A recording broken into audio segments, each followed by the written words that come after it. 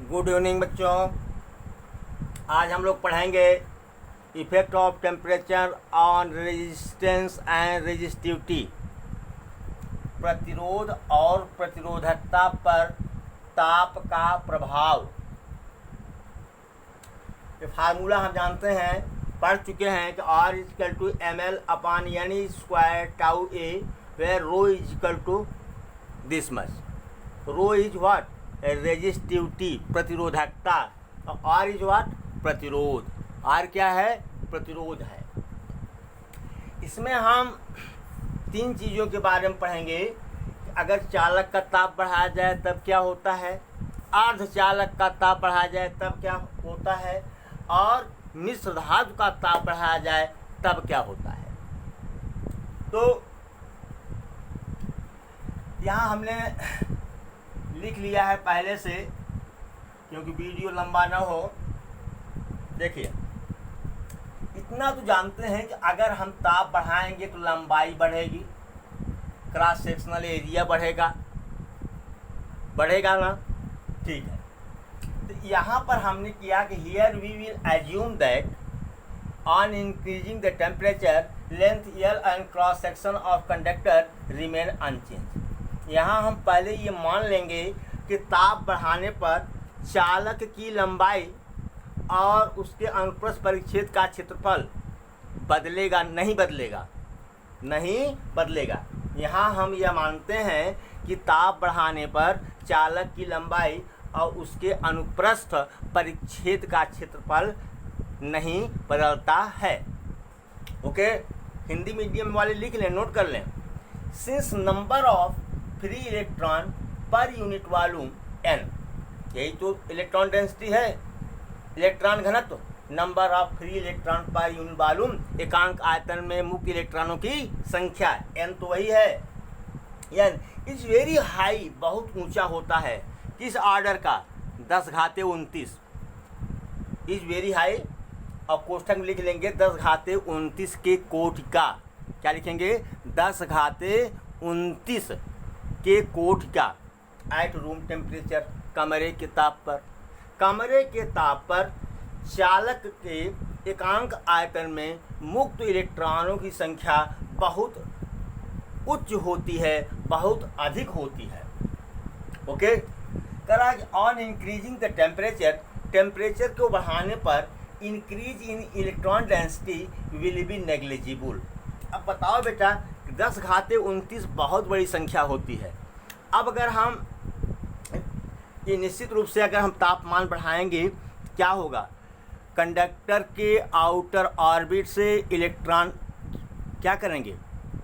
Jump करके बाहर आएंगे। क्लियर है?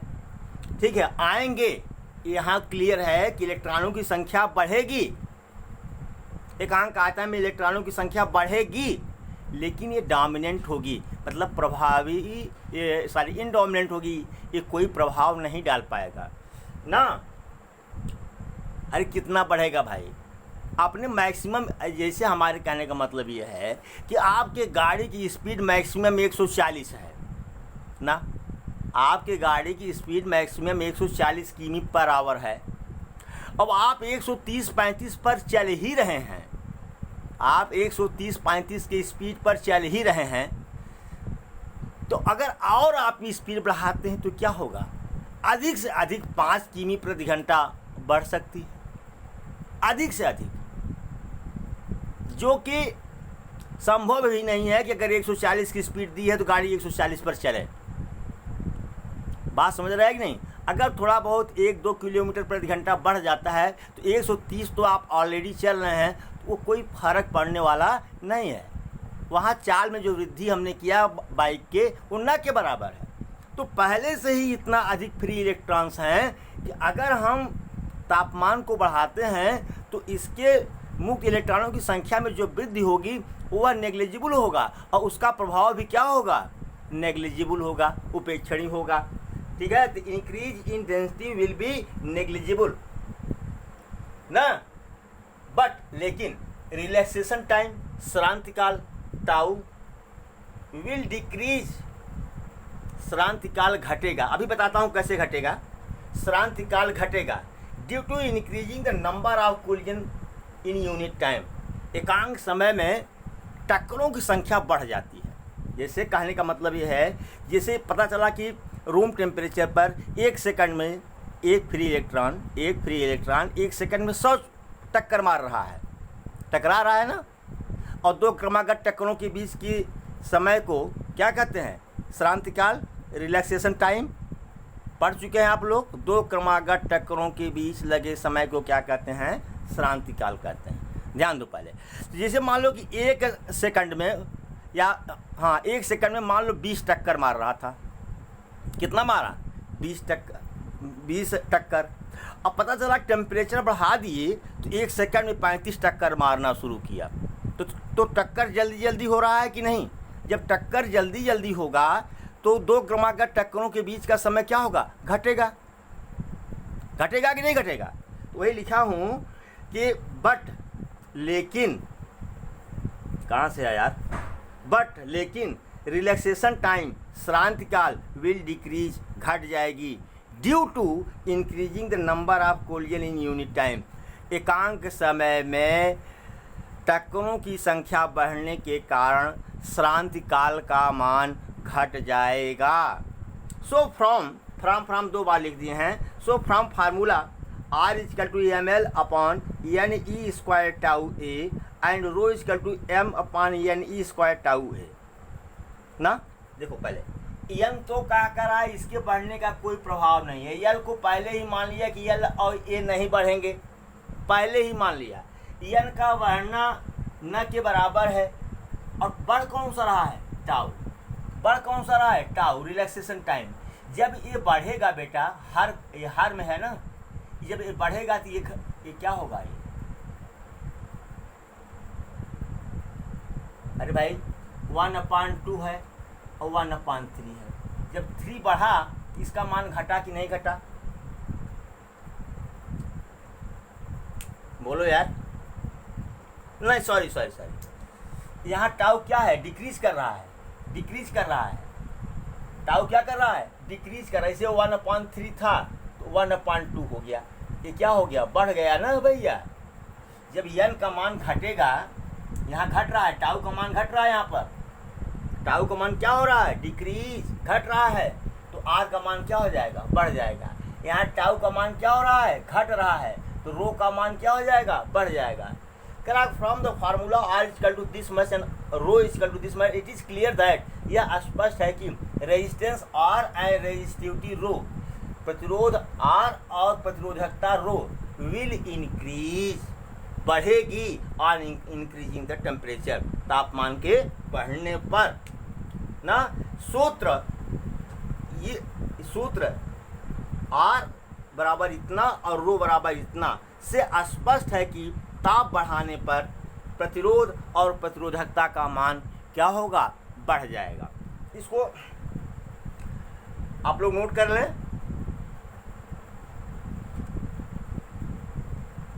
चलिए, अब जैसे देखो बेटा, टेम्परेचर आपने बढ़ाया, जैसे ये फ्री इलेक्ट्रॉन्स है, ये कोई फ्री इलेक्ट्रॉन है, ये इसके क्या हैं?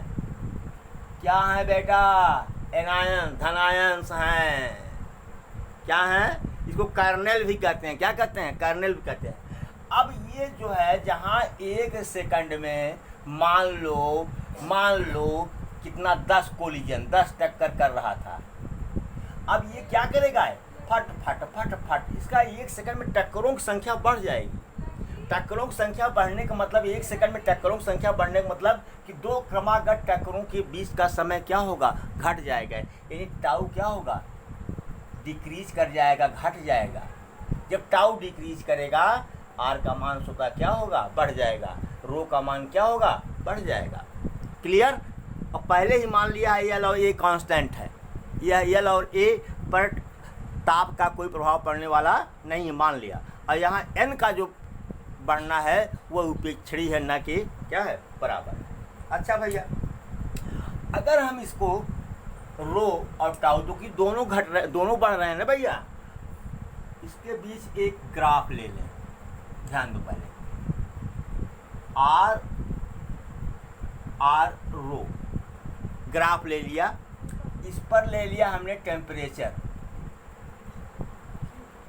टेम्परेचर, किसमें, केल्विन में, केल्विन में ले लिया हमने, ठीक है, ठीक है।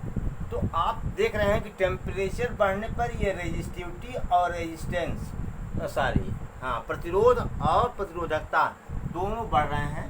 तो ये ग्राफ लगभग ऐसा आएगा, ऐसा, हाथ में रखा पड़ा है, एनसीईआरटी में जो दिया हुआ है वो ग्राफ ऐसा आएगा, ऐसा।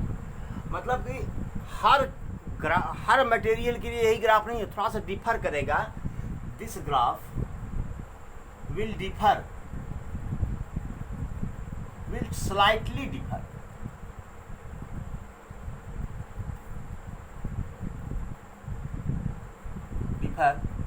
for different material, different metal, metal सब कंडक्टर होते हैं, ठीक है। अलग अलग धातुओं के लिए या अलग अलग चालकों के लिए यह ग्राफ बहुत थोड़ा सा बदलेगा, ठीक है। तो ये हो गया। अब हम पढ़ते हैं क्या, effect of temperature on semi conductor. तो बेटा जो सेमी कंडक्टर है, अर्धचालक जो है, इसकी वैलेंसी 4 होती है, संयोजकता 4 होती है। उसमें होता क्या, देखिए मैं सिलिकॉन के एटम्स को लिया हूँ, ठीक है। यहाँ देखो ये कोवैलेंट बॉन्ड बना लेगा, इधर कोवैलेंट बॉन्ड बनाएगा, इधर कोवैलेंट बॉन्ड बनाएगा, इधर कोवैलेंट बॉन्ड बनाएगा, यहाँ बनाएगा, ऐसे बनाएगा, ऐसे बनाएगा, कोवैलेंट बॉन्ड बना लेगा, ठीक है। हाँ, इधर वाला इधर बना लेगा पड़ोसी अणुओं से, किससे, पड़ोसी अणुओं से बना लेगा ये बॉन्ड। अब कोई भी इलेक्ट्रॉन फ्री नहीं है इसमें, कोई भी इलेक्ट्रॉन फ्री नहीं है, मतलब there is no electron, no free electron at room temperature, थोड़ा सा बता दे रहा हूँ क्योंकि सेमी कंडक्टर का आप एक चैप्टर ही पढ़ेंगे आगे चल करके। तो अब यहाँ कोई फ्री इलेक्ट्रॉन नहीं है, अगर है भी तो नेग्लिजिबल है, उपेक्षणीय है, ये कोई फ्री इलेक्ट्रॉन नहीं है। अब ये क्या है, ये अब ये इंसुलेटर है, इंसुलेटर एट रूम टेम्परेचर, कमरे के ताप पर यह कुचालक है। कौन, आपका सेमी कंडक्टर अर्धचालक। ये सिलिकॉन जर्मेनियम 2 एग्जाम्पल हमने लिया है, चाहे सिलिकॉन हो चाहे जर्मेनियम हो, बॉन्ड ऐसे ही बनेंगे, बॉन्ड ऐसे ही बनेंगे। अब बेटा जैसे ही आप टेम्परेचर, रूम टेम्परेचर से आगे जाएंगे, बढ़ाएंगे, इसमें पता चला कि एक बॉन्ड टूट गया, एक बॉन्ड टूट गया, टूटा। जब टूटा ये बॉन्ड तो ये क्या हुआ, ये ऊपर चला आया कहीं पर। अब यहाँ क्या हुआ, एक खाली स्थान बच गया। इस खाली स्थान को कोटर कहते हैं। क्या कहते हैं, कोटर, इंग्लिश में होल्स कहते हैं, होल, क्या कहते हैं, होल। ये होल जो है ये प्रोटॉन की भांति व्यवहार करता है, किसकी तरह, प्रोटॉन की भांति व्यवहार करता है। तो कहने का मतलब ये है कि अब जरा आप देखिए पहले कि ये रूम टेम्परेचर पर ये क्या है, ये इंसुलेटर है, कुचालक है। लेकिन जैसे ही आपने ताप बढ़ाया, बॉन्ड टूटे तो फ्री इलेक्ट्रॉन की संख्या क्या हो गई, बढ़ गई। फ्री इलेक्ट्रॉन की संख्या क्या हो गई, बढ़ गई, और बहुत ज़्यादा बढ़ गई।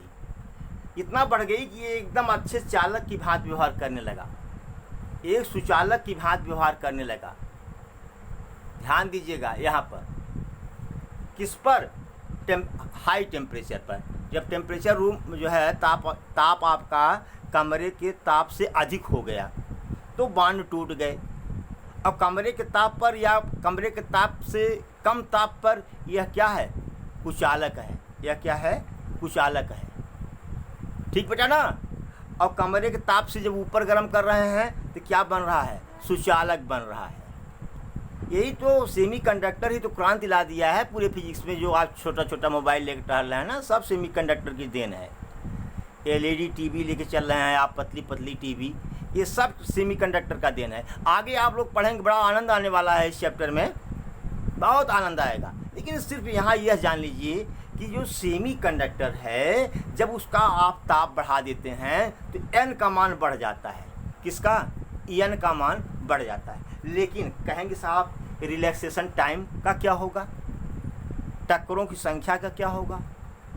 अरे भैया अभी तो टक्कर था ही नहीं, अभी तो फ्री इलेक्ट्रॉन थे ही नहीं, तो टक्कर ही नहीं था। अब फ्री इलेक्ट्रॉन हुए, अब क्या हो गया? जब टेम्परेचर आपने बढ़ाया तो फ्री इलेक्ट्रॉन हुए। तो जब फ्री इलेक्ट्रॉन हुए तो रिलैक्सेशन टाइम एक हुआ, जो होता है सब में 2 क्रमागत टक्करों के बीच का समय। ठीक है, तो रिलैक्सेशन टाइम टेम्परेचर बढ़ाते जाएंगे बढ़ता है, लेकिन वो इतना नहीं बढ़ता कि वो क्या प्रतिरोध को या प्रतिरोधकता को प्रभावित कर सके। ठीक है, तो टाउ लगभग क्या होता है? टाउ लगभग अनचेंज्ड होता है। क्या होता है? अनचेंज्ड होता है। और पहले ही मान लिया है हमने कि लेंथ और ए नहीं बढ़ेगा, तो और एन क्या होगा? इंक्रीज करेगा, वेरी हाई, बहुत इंक्रीज बढ़ेगा, बहुत ज़्यादा बढ़ेगा। तो एन क्या हो गया? यहाँ पर बढ़ गया। जब एन बढ़ गया, एन का मान अधिक हो गया, तो आर क्या हो गया? घट गया। यहाँ एन का मान बढ़ा तो रो क्या हुआ? घट गया। मतलब कि अब सेमीकंडक्टर में जब आप टेम्परेचर बढ़ा रहे हो तो प्रतिरोध और प्रतिरोधकता दोनों घट रहे हैं, और जबकि कंडक्टर में क्या था? प्रतिरोध और प्रतिरोधकता ताप बढ़ाने पर बढ़ रहा था। ताप बढ़ाने पर क्या हो रहा था? बढ़ रहा था। ठीक है, थोड़ी सी थियरी दे दूं आपको, नोट आप बना लें। बना नहीं पाएंगे इसीलिए लिख दे रहा हूं। वैसे अगर अपने मन से आप नोट बनाएं इसको, बहुत बेहतर होता है। ठीक है, फिर भी मैं तो इतना प्रयास कर लेता हूं कि आपको किसी किताब या कोई नोट देने की कोई ज़रूरत नहीं है, आप यहीं से नोट कर लेंगे। देखिए, in semiconductor there is no free electrons, so it works as a insulator at room temperature.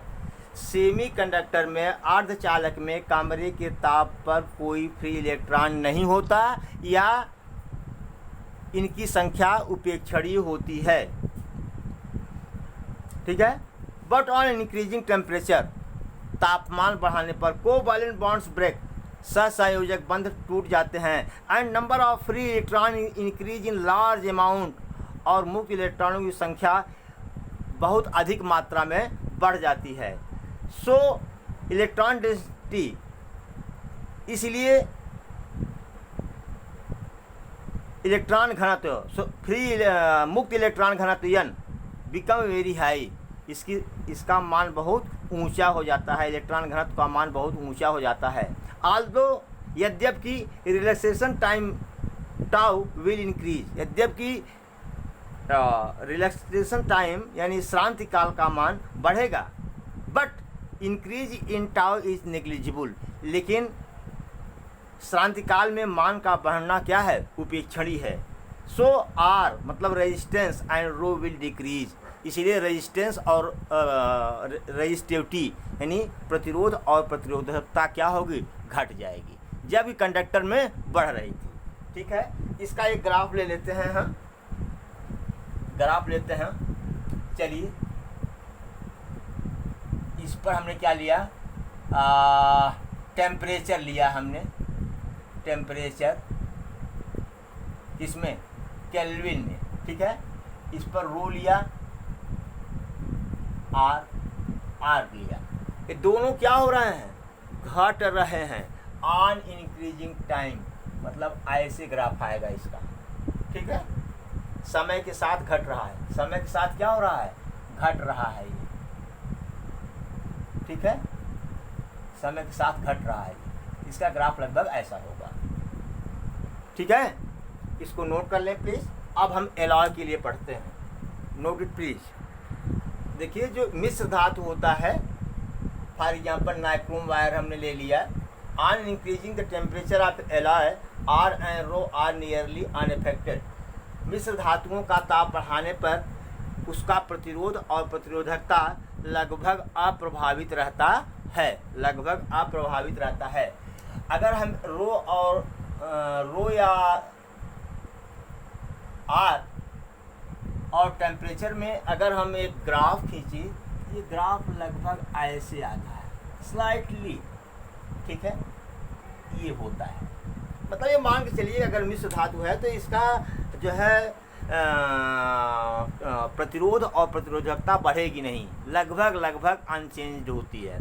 तो प्रैक्टिकल में कभी कभी क्या होता है, हमको जैसे बहुत देर तक कंडक्टर अगर है, अगर तार हमने लगा दिया तो अगर टाइम टेकिंग है, समय ज़्यादा लग रहा है तो तार गर्म होगा, और जब तार गर्म होगा तो उसका प्रतिरोध क्या होगा, बढ़ जाएगा, प्रतिरोधकता उसकी क्या होगी, बढ़ जाएगी ना। तो इसलिए कभी कभी हमको इसकी ज़रूरत पड़ती है एलॉय की, जिससे इसका ये कुछ समय तक अगर हम प्रैक्टिकल कर रहे हैं, धारा बह रही है तो उसका रेजिस्टेंस न बदले, उसका प्रतिरोध न बदले, ठीक है, रीडिंग हमारी सही आए। तो ऐसे यूज में इसको लेते हैं हम एक्सपेरिमेंट में। वैसे भी नाइक्रोम वायर का यूज आप लोग हीटर में करते हैं, बल्ब के तंतुओं में करते हैं, उसका प्रयोग हम लोग करते हैं। तो हाई स्कूल में जब आप बल्ब पढ़ रहे थे, बल्ब हाई स्कूल में, तो वहाँ था ना, या विद्युत हीटर आप पढ़े थे तो वहाँ भी था नाइक्रोम वायर, ठीक है।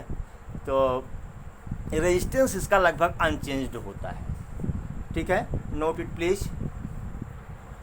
चलिए, हम लोगों ने 3 चीज़ को देखा कि टेम्परेचर बढ़ने पर कंडक्टर का रेजिस्टेंस और रेजिस्टिविटी बढ़ती है, सेमी कंडक्टर का रेजिस्टेंस और रेजिस्टिविटी घटती है, और एलॉय का लगभग अनचेंज्ड रहता है, अपरिवर्तित रहता है। लेकिन अब बात ये उठती है बेटा कि प्रतिरोध कितना बढ़ा, प्रतिरोधकता कितनी बढ़ी। अब इसकी मैथमेटिक्स चाहिए ना, इसका गणितीय रूप चाहिए ना, कितना टेम्परेचर बढ़ाया तो इसका प्रतिरोध इतना बढ़ गया, इसकी प्रतिरोधकता इतनी बढ़ गई, या इसका प्रतिरोध इतना घट गया, प्रतिरोधकता घट गई। इस चीज़ की जानकारी के लिए हमको पढ़ना पड़ेगा क्या कि इसको मिटा दूँ क्या, अब बार बार क्या रहे, temperature coefficient of resistance alpha, मतलब प्रतिरोध का ताप गुणांक अल्फा। इसको कभी कभी पढ़ते हैं कि जैसे इंग्लिश मीडियम मिल जाएगा, coefficient of thermal resistance, coefficient of thermal resistance कह देता है। टेम्परेचर हटाएगा तो यहाँ थर्मल रेजिस्टेंस कह देगा, तो आप उससे घबराइएगा मत। अब हम यहाँ पर कुछ कंसिडरेशन लिए हैं, मतलब कुछ चीज़ माने हैं, कंसिडर किए हैं हम कि let there is a wire of initial temperature initial resistance है, टेम्परेचर कर रहा हूँ यार, रेजिस्टेंस,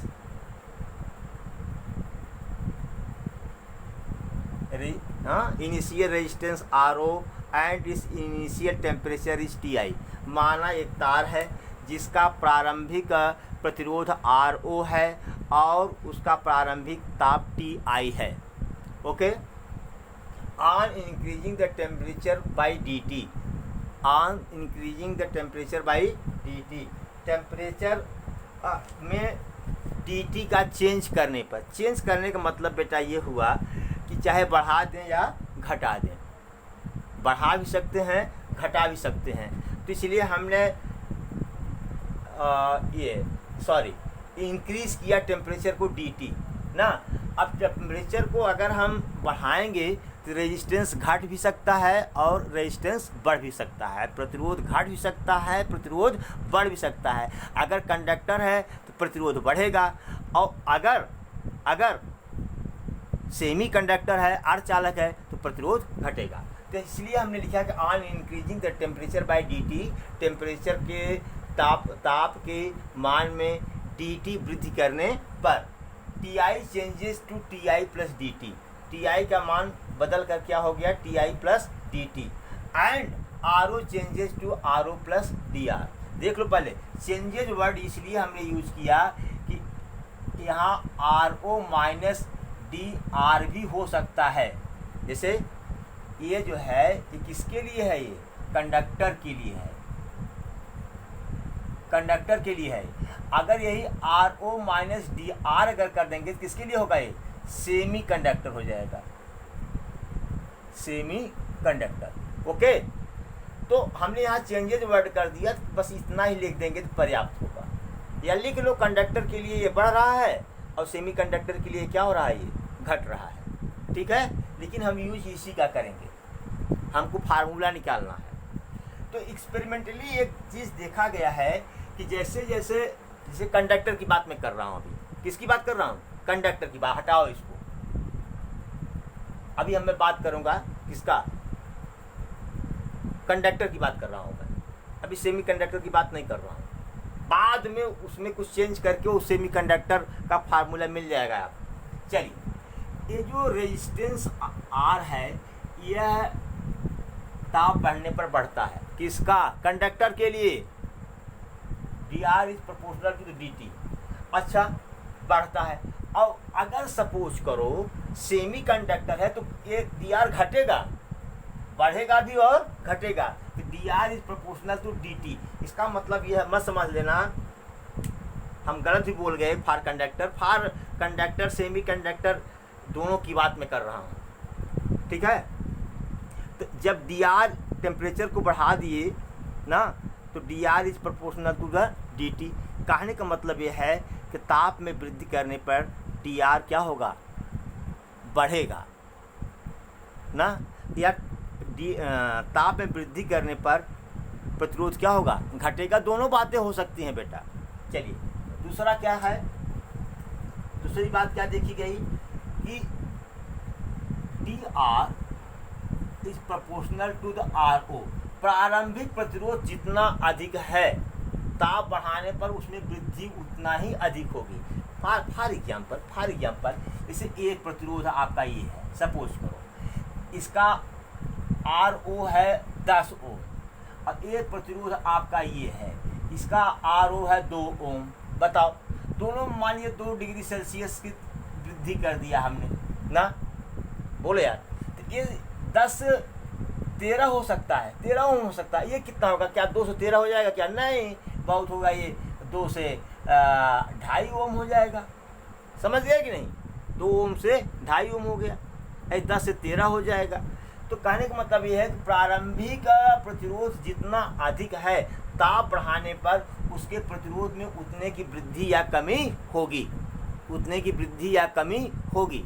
ठीक है, अगर दोनों को मिला दें, दोनों को मिला दें, इसको नोट कर लो यार, नोट कर लो, ऊपर का मिटाएंगे हम, नोट करो। From statement 1 and 2, from statement 1 and 2 इसको मिला दो तो क्या है, ये D R is proportional to R naught D T. ये बराबर क्या कब होगा, ये डी आर बराबर कब होगा, जब इसमें कांस्टेंट का गुणा कर दें, अल्फा ना, R O D T, R O D T. अब अल्फा क्या है, अल्फा क्या है, ताप गुणांक, प्रतिरोध का ताप गुणांक, टेम्परेचर कोफिशिएंट ऑफ रेजिस्टेंस। इसका एक और नाम मैं दे रहा हूँ, क्या,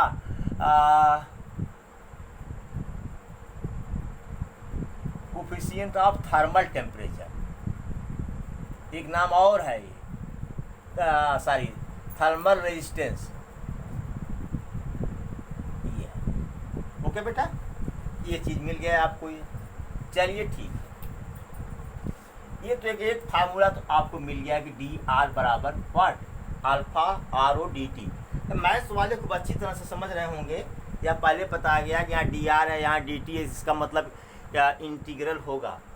हाँ, इंटीग्रेटिंग बोथ साइड, दोनों साइड का इंटीग्रल कर लो। तो ये जो है इंटीग्रल कहाँ से, आर ओ से, इनिशियल प्रतिरोध से आर फाइनल तक, ये क्या हो गया, ये डी आर। और देखो अल्फा और आर ओ कांस्टेंट है, अल्फा और आर ओ क्या है, कांस्टेंट है, ये शुरू में लिए गए थे। ये टेम्परेचर टी आई से क्या होगा, टी फाइनल डी टी। बेटा एक बात बता दूं आपको, ये जो अल्फ़ा है हमारी बुक में जो बुक हम लोग पढ़ते हैं इसको कांस्टेंट दिया गया है। लगभग 99% क्वेश्चन जो है उसमें आपको मिलेगा अल्फ़ा इतना दिया रहेगा, कांस्टेंट है। लेकिन सच्चाई ये है कि अल्फ़ा भी क्या करता है, ये टेम्परेचर के साथ वैरी करता है। टेम्परेचर के साथ इसका मान भी क्या होता है, टेम्परेचर बदलने पर अल्फ़ा का भी मान क्या होता है, बदलता है। अभी लिखवा देंगे नोट्स में। तो इसको करोगे तो क्या आएगा बेटा, इसका क्या हो जाएगा, आर ओ आर फाइनल बराबर अल्फ़ा आर ओ, इसका क्या हो जाएगा, टी आई टी फाइनल। बहुत पढ़ चुके हैं आप लोग। इसको हम लिखेंगे R F minus R O equal to alpha R O T F minus T I. अच्छा, इसको क्या लिख सकते हैं, डल टी या R F minus R O equal to alpha R O del T, change in temperature लिख सकते हैं। यानी आर फाइनल बराबर क्या हो जाएगा, आर ओ प्लस अल्फ़ा, इधर जाएगा प्लस हो जाएगा, alpha R O del T.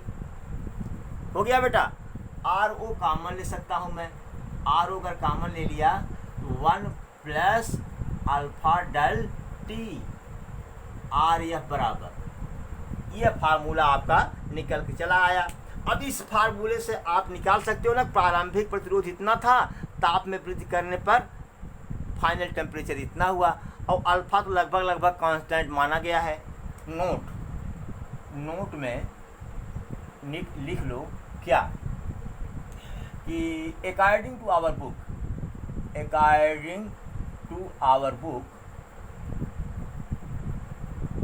Alpha is constant. Alpha क्या है, कांस्टेंट है। बट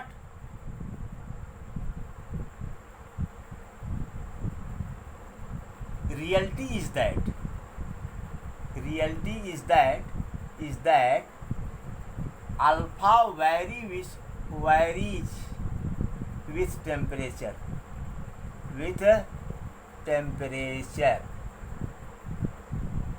ना।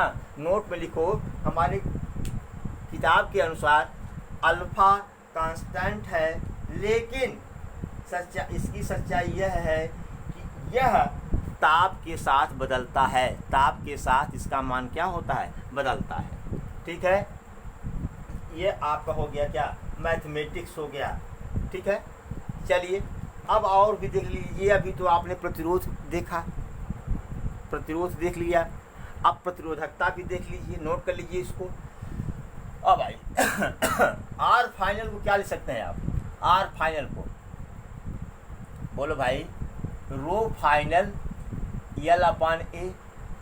बोलो भाई, यहाँ इसको क्या ले सकते हो आर नाट को रो नाट यल अपान ए इंटू 1 प्लस अल्फा क्या डी टी।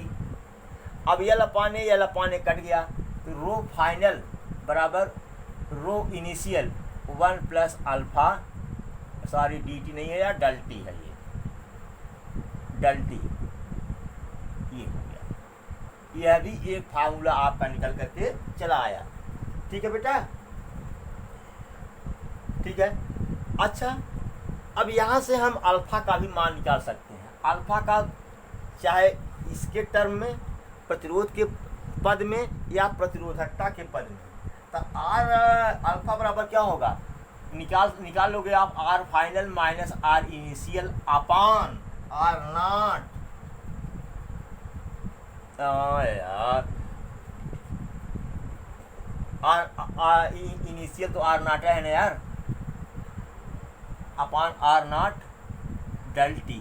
तो भैया प्रतिरोध यहाँ भी ओम हो जाएगा, ओम अपान ओम, चाहे डिग्री सेल्सियस का हो चाहे केल्विन करो, degree Celsius are kelvin Om Om से कट गया तो क्या हुआ इसका C इनवर्स और K इनवर्स, मतलब कि प्रति डिग्री सेल्सियस या प्रति केल्विन इसका क्या हो गया मात्रक, इसका क्या हो गया मात्रक। तो बेटा एक चीज़ और आप नोट कर लें कि अल्फा का मान कब कब का पॉजिटिव होता है, कब कब निगेटिव, नोट कर लें इसको। तो फॉर कंडक्टर देखो कंडक्टर के लिए R बढ़ रहा है, alpha is positive, and for semi conductor alpha is negative, क्योंकि R का मान क्या हो रहा है घट रहा है। एंड फॉर एलॉयज बहुत जगह मिलेगा बेटा इसको, इसीलिए सेमी कंडक्टर के लिए अल्फा निगेटिव लेंगे, कंडक्टर के लिए अल्फा का मान पॉजिटिव लेंगे ना, तभी तो पता चलेगा रेजिस्टेंस कितना घटा बढ़ा। तो for alloys alpha is equal to 0, क्योंकि यहाँ पर रेजिस्टेंस को क्या माना गया है कि वो ये लगभग 0 है, नियरली यार लगभग 0, ठीक है।